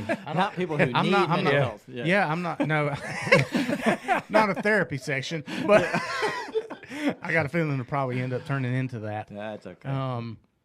But that's a hot topic for sure, and It should be. Yeah, Yeah. I don't Because what we're doing is not working. Okay, yeah. help me. Well, I wish I could. I mean, what we're doing is not working. Okay, what are your experiences with it? You can go into personal experiences. You can see what you're seeing.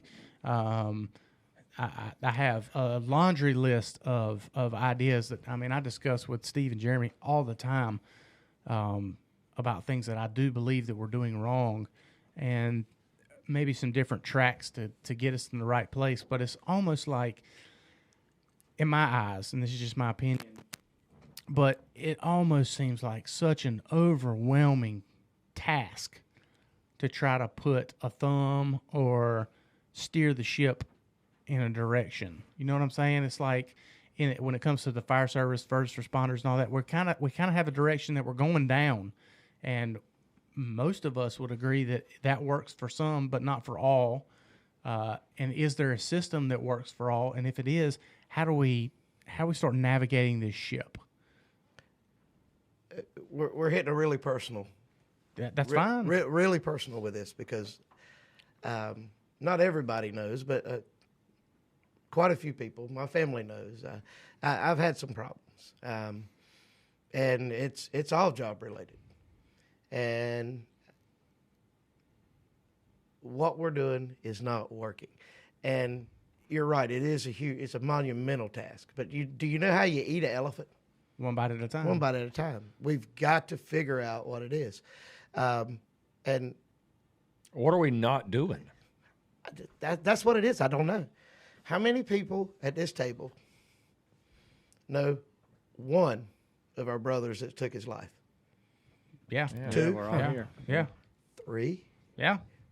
4. Do I need to keep going? Right. One's too many.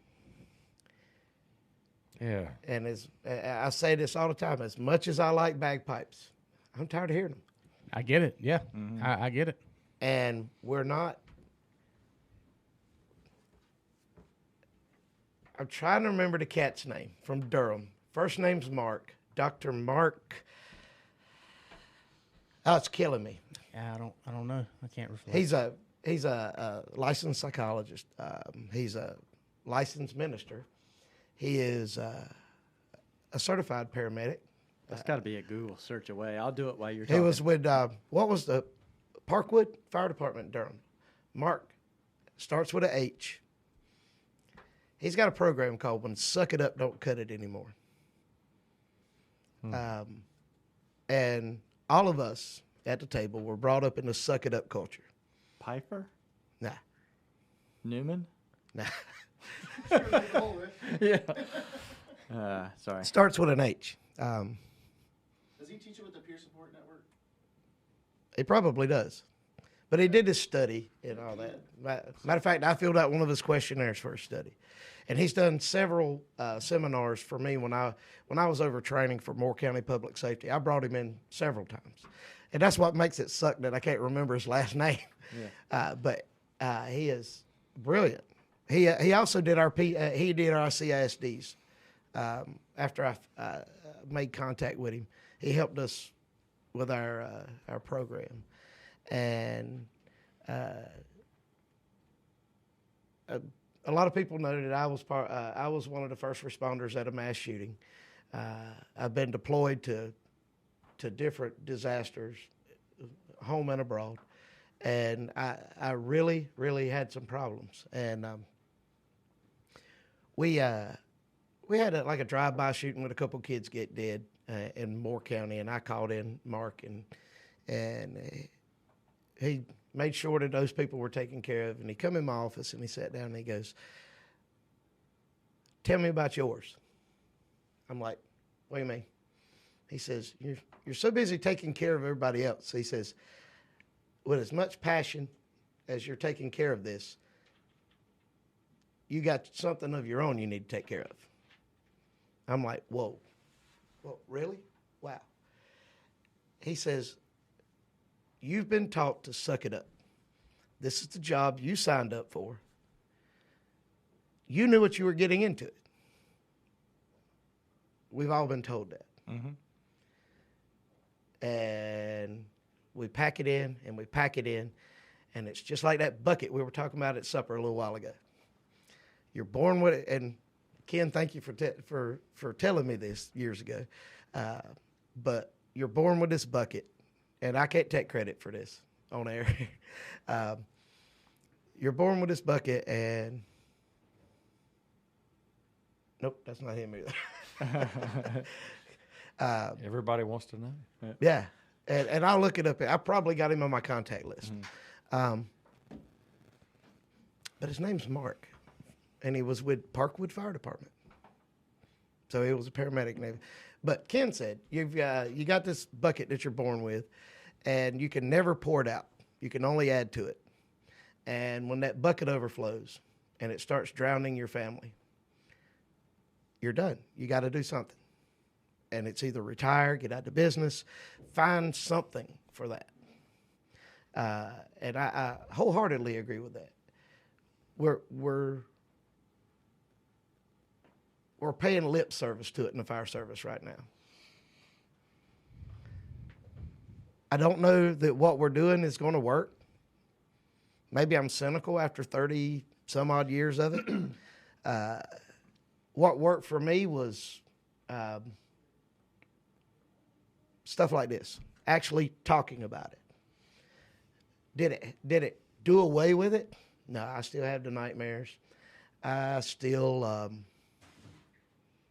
get emotional at times when I really shouldn't. I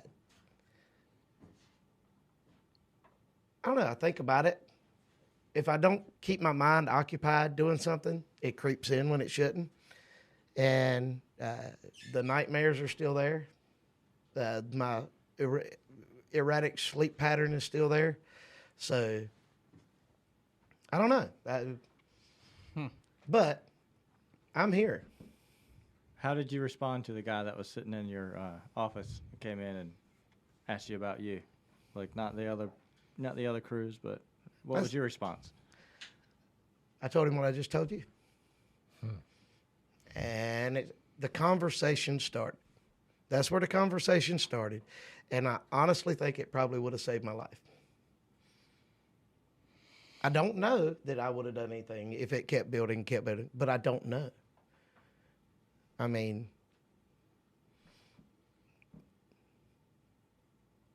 one of our brothers in Fayetteville, that I'm not going to say his name out of respect. He was a firefighter for the city of Fayetteville for a while, went to work for EMS. And we don't know what was going on, but I do know he was my brother, and I know he went through some heavy stuff, as all of us have. And again, there's no need to name their names because they're all our friends. We know them. Would you have ever thought it? I wouldn't have. Yeah, I can't say that I would have thought it for any of them that I can reflect on and say. Matter of fact, I'd probably say the opposite. right? Right. Yeah, the Right. last person you could think of. Yeah, that because would they be- were happy. They were so happy. They were Yeah, so, I'd probably you know, say the opposite. he had a new wife, a new kid. Yeah, and for the one I'm talking about, he did have the new wife and a new kid. Yeah. And, you know, what seemed like everything seemed to be going awesome for him. Always smiling, always joking, you know, inappropriately, of course. And Yeah. You know, I have a saying for that, for people that you said that about, like, man, he had a new wife and he got kids. They're the people that always keep their grass mowed. So you look at their yard, their life, whatever, you don't think anything's wrong because their grass is mowed, their yard's manicured, but you don't know what happens inside that house, Right. you know? And I'm sure there's a lot of people like that you see on a daily basis. And you have no idea because they keep their grass mowed, you know? Yeah. My dad, when he was dealing with the whole COVID thing. Mark Holland. Mark Holland. Dr. Sorry, Mark Holland. I had to look. He's in my contact list. I'm sorry. Perfect. No, It's you- good. that's No, it's perfect. good. No, that was very relevant. My mind is at ease. Yeah. Yeah. For a reference of time frame, like your guy that everything's going good, if you look at my dad, successful, like all the way through. Without a doubt. In that time that he was sick, he had low points. Like he didn't think he was going to survive. He thought everything was over, you know? And so he had negative thoughts. He voiced like out loud, like, hey, I just want to stop. I don't want to do this anymore. And those, now looking back at seeing the low spot and seeing the short, I think that's the part that we all, when you're in the middle of it, any of us, when you're in the middle of it, it seems like forever. Like, this is my new normal. And if you can just flip that page, a couple of pages, and look at the next chapter, this is a chapter. Like, if you're in this low spot and you're struggling with whatever it is you're struggling with, this is a chapter.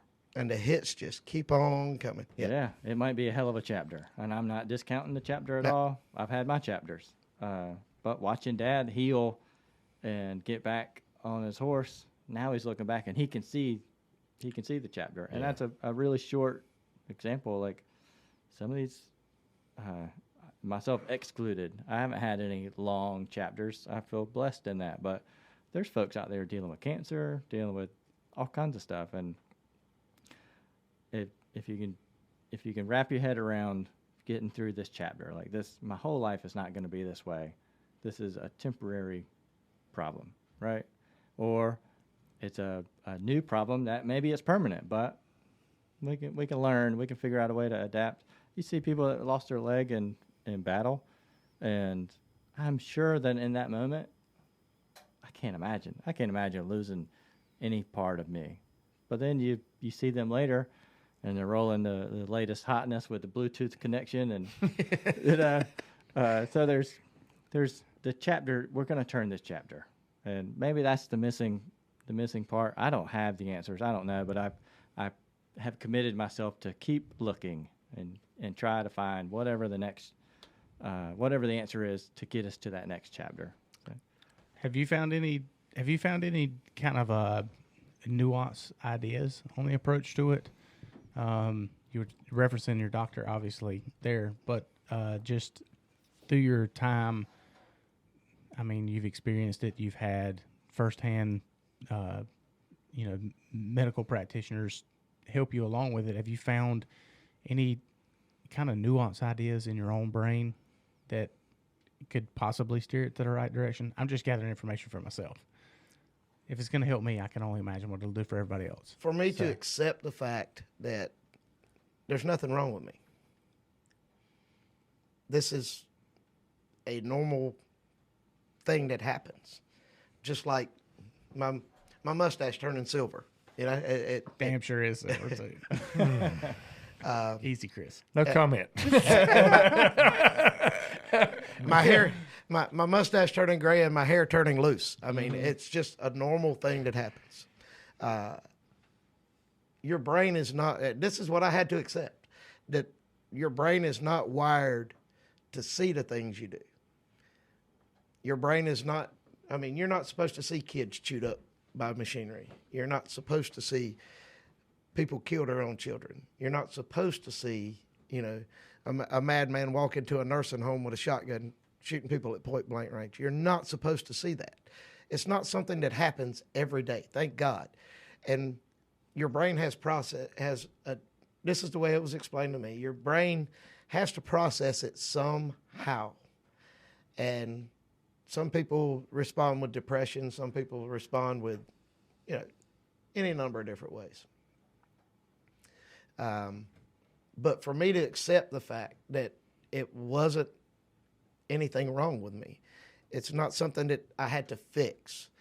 It's not something that I could go take a pill for. There's lots of pills out there, okay? And for some people they work, for some people they don't. I chose not to go that route. And to know that there was other people out there that I respected that had the same thoughts and the same problems, the same not able to sleep at night, the nightmares. Okay, it's normal. It's sort of like a scar that you got from, you know, being burned in a fire. It's there. It's part of you now. It's the wrinkles on my face. It's part of me now. It is what it is. And it's just something that I have to deal with. And I know that you guys have responded to a lot of the same things I have, and you've got your own ones to carry. And from one brother to another, that's normal. And if you have problems with it, guess what? That's normal too. And when we can say that as a profession and quit teaching our guys to suck it up, but that's what you say, that's what you signed up for, and normalize this instead of normalize the macho. I mean, we still want to be that macho cat. I know we do. We want to be the guy with the burn up helmet and, you know, and the roll up boots and the huge mustache that looks like a push broom. I mean, we all want to be that. But they were wrong when it comes to that. They were. I mean, you know, it's one step worse than suck it up. You're handling it wrong. To have a chief or somebody, a friend, somebody to come to you and you're having a problem, and then to have that person say to you, you're doing it wrong. Ooh. That's worse than suck it up. Yeah, it is. Yeah. Yeah, fuck that guy. Because because what worked for me might not work for you. That's right. And that's why we can't get our thumb on this. Because we're all humans and we're all different. So you just answered my question. What are we not doing right? There's not an answer for it. There's not a definitive answer for it. If there was, I wish I knew. Well, Yeah, right. but there's not, because what works for me doesn't work for you. It may not work for anybody else in the room. So there's not a definitive answer on exactly what you have to do. You I don't know. But if you think about it like that, there can't be an answer. There can't be this is the magic powder. Mm-hmm. You know, this is what there's not. You know how if you show up to a structure fire, the first thing you do is not put a positive pressure fan at the door? Yeah, So makes it bigger, yeah. Yeah, so that's one thing that we're not going to do. So Right. maybe if we just figure out all the things that we're not going to do, Ooh. then we'll end up dragging a line in the front door, That's- putting the fire out. Very much, yeah. Dude, Very close to the exact thing that was fixing to come out of my mouth. But Dude. yeah, Nice. you nailed it. Yeah. That was very close, very close. But when it comes to the folks that are helping us, a constant pattern that I have picked up is that they want to do that. They want to pinpoint Joe's problem. They want to pinpoint Chris's problem, Steve's problem, and they want to take the average of these so-called problems, what they perceive as your problem, and then that's what they want to put in this glass and give to the next person. And just because that's what it was for you is not the same as it is for you.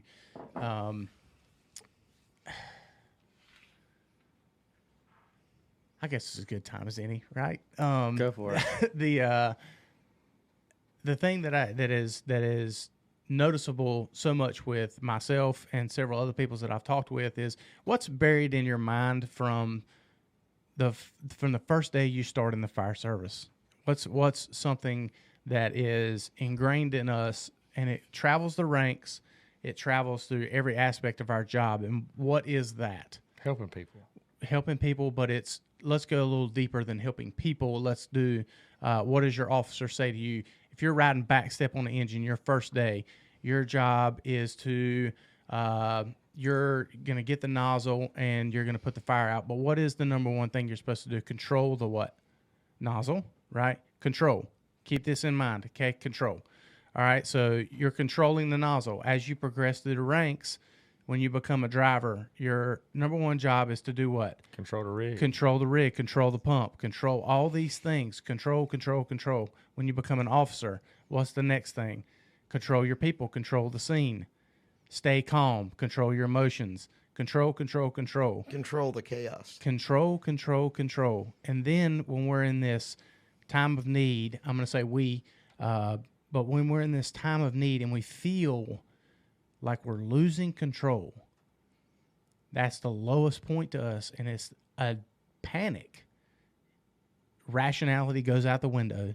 Sure does. Everything leaves, and it's this dire need to regain this control that has been put inside of you since we started doing this.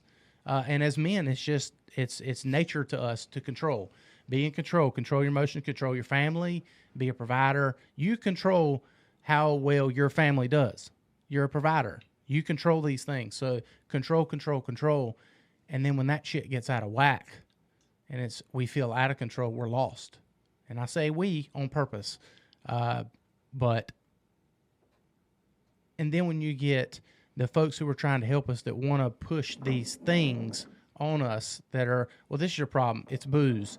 This is your problem. It's pills. This is your problem. It's your home life. It's this, it's this, it's this. Well, all those things may be contributing, but what is the issue? Is it the loss of control?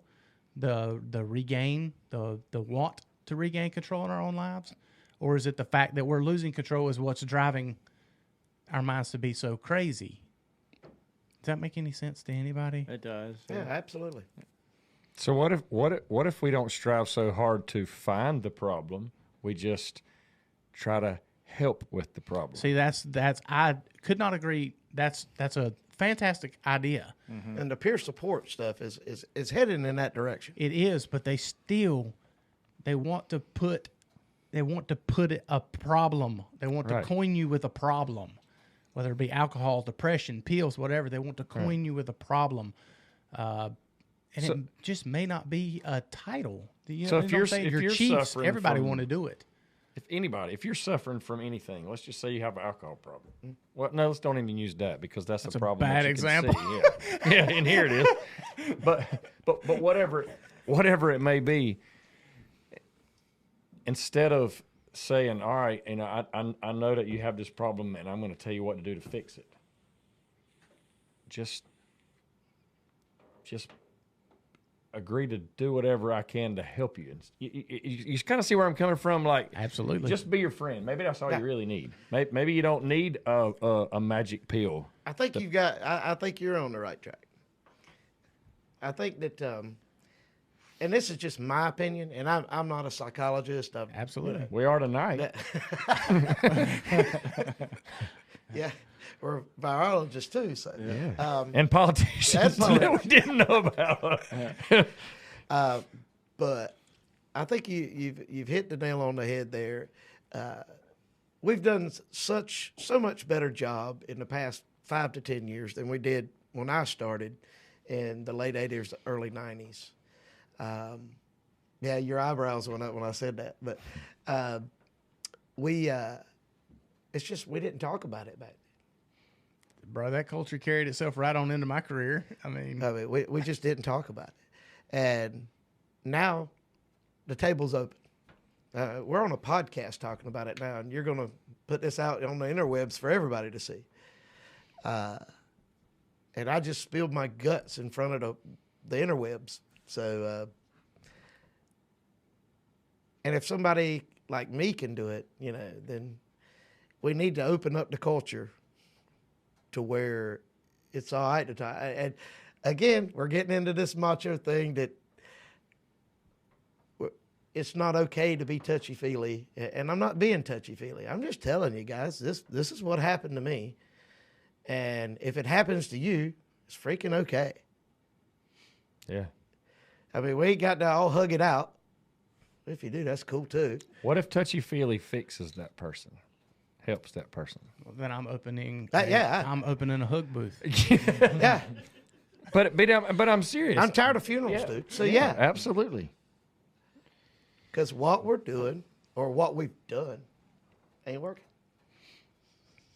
I don't know. Like I said, I opened this whole conversation with this statement. What we're doing is not working. I don't know what it is, what the fix is, or by God, I'd fix it. Yeah. But we've got to change the culture because our culture is killing us. And we're not the only ones. Right. Cops, same thing. Our heroes that are going overseas and defending our country. By God, they've got it worse than we do. And they can't fix it. So, I don't know. I don't know what it is. But I think that this goes a long way. And if it helps anybody in this room hearing what I went through, or better yet, if it helps anybody that's listening at what I went through, then, so be it. That's cool. That maybe that is part of it. I see it. Yeah, we've said it time and time again on this show, but just this that's happening right now, that's going to lead the way, where this becomes normal. We don't want to make this a mental health podcast per se, but the openness, how we just flipped the switch and started talking about it. Yeah. You know what I'm saying? Just like that, when it becomes not a nuance but a normalcy, just to start talking about it like it's another conversation. I think that's going to show. Like we're talking about the burner last night. Yeah. Yeah. Or Yeah. I mean, whatever. Yeah. Where you talk about girls or, who's banging who or whatever it may be in the firehouse. That's what we all do at the kitchen table anyway. I missed it. Shit. But, when it comes to Okay, here's the question. Do you talk like this at the kitchen table in the firehouse? Yeah. What we just did? Do you? Yeah. given the I find opportunity, it. absolutely, I will. It's weird. I don't know if it came from hanging out with a bunch of SF dudes for a long time. I think I've mentioned this in the past, but I don't know if it's come with hanging out just the tight group that I had for a long time, or teaching concealed classes and being so pro 2A and this and that. But I'm fairly decent at reading people, and if conversation comes about and I start noticing things, then yeah, I'll try my best to steer things in that direction. Several guys have been on shift with me before, and but it's the same way with weakness. I treat new people the same way. If I catch something that's rubbing your skin, I'm getting in there. So, but that's normal, right? Right. When, if I catch something that's kind of, if we're talking about a call and I notice you hanging your head or something like that, then yeah, I'm going to pry a little bit. That's just my personality. I mean, this really hits home because you and I both have a close personal friend in common. Sure. That we're talking about, and we know who we're talking about. Sure. And he was like that too. Oh yeah. I wish I could have got in his head. Yeah. I don't know a soul who spent more time with him than I did, and I was never able to get in his head, or never noticed anything. So. Because he always had that guard up. Oh yeah. And it was always guarded with humor, sarcasm, and inappropriateness. I'm sure Chris knows who we're talking about. Yeah. And, Steve, he's heard me talk about Lee as well. Anybody who's ever listened to the show and knows anything about me knows that Lee's a part of my story for sure. But yeah, I'm no idea whatsoever. Never would have had a clue. I think he hit me in the head with a pool stick about 3 days before that. So, it was just that type of guy. But, so, that was normal for us. But, yeah. I think conversation and the weirdness around the conversation has to go away. for it to really start helping people. And our higher ups, whether it be our chiefs or whatever, I know their heart's in the right place. They just want to help, but they got to stop. They got to stop trying to put us in a category and trying to figure out our fucking problems for us, and just listen. And if they're not capable of listening, put us in the direction to the people who can, and stop making it such a departmental issue and make it a personal issue. It's not a New Hanover County issue. It's not a Moore County issue. It's not a any department issue. It's a person issue, and start treating it like they're a person instead of like they're a representative of the department. Well, one of the things I could say about the department that I just retired from, our higher ups. Trying to figure out a way to say this. Just say it. Well, I mean, and it's in a good way. Maybe that's why I'm having a problem finding the words. No, our public safety director, our deputy public safety director, our training guy, we all. I believe we all carried a lot of the same scars, and we all carried a lot of the same baggage with us. And we called, I brought Mark Holland in to do a seminar, and all of our guys were sitting there, and it's like, click, there it was. It's like sitting there at the table, and all of the leadership was there together, and like, we're all in this together. Let's have somebody come in and help us, because what we're doing is not working. And that's what I got that from my boss. And it helped create a culture of it's all right to talk about this. Now a bunch of paramedics are still going to be a bunch of paramedics, okay? They're not going to show weakness. They don't want to. But I think there's a time for that. I think there's a time to build walls. But when there's no patients on the truck and there's no chaos to try to control, there's nothing burning right now. There's no hurricane coming. There's no earthquake going on. And it's around the firehouse dinner table.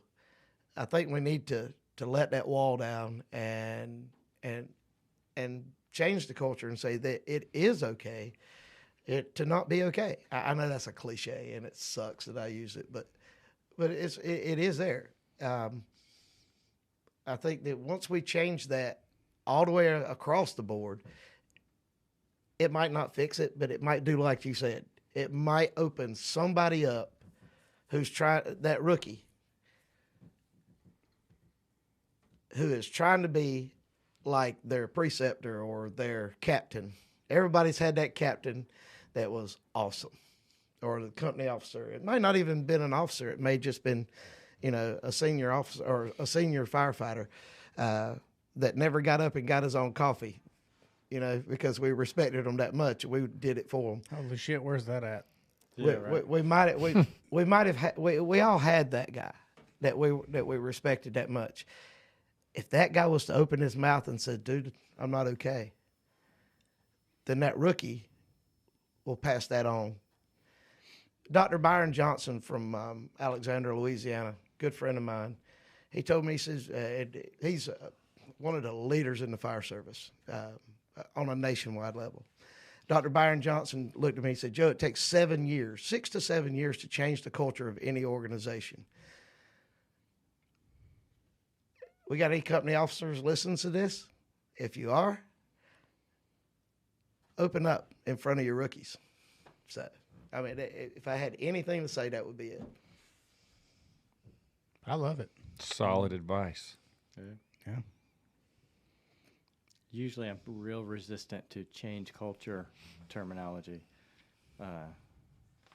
When the motive's in the right spot, then I don't resist it. Some of the culture we don't need to change. Yeah.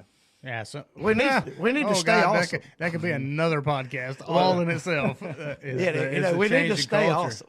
Yeah, We need traditions, but some of our traditions suck. Okay. Yeah, I think when you're trying to tackle a topic like mental health, yeah, you got to be a little bit open to hearing stuff about culture change. Trust me, nobody holds tradition closer to their heart than I do. Well, That's what a- was that's the a what was the promise. backdraft quote? We have a lot of traditions in the fire service, one of which includes dying young. Yeah. Yeah. So, yeah, I agree.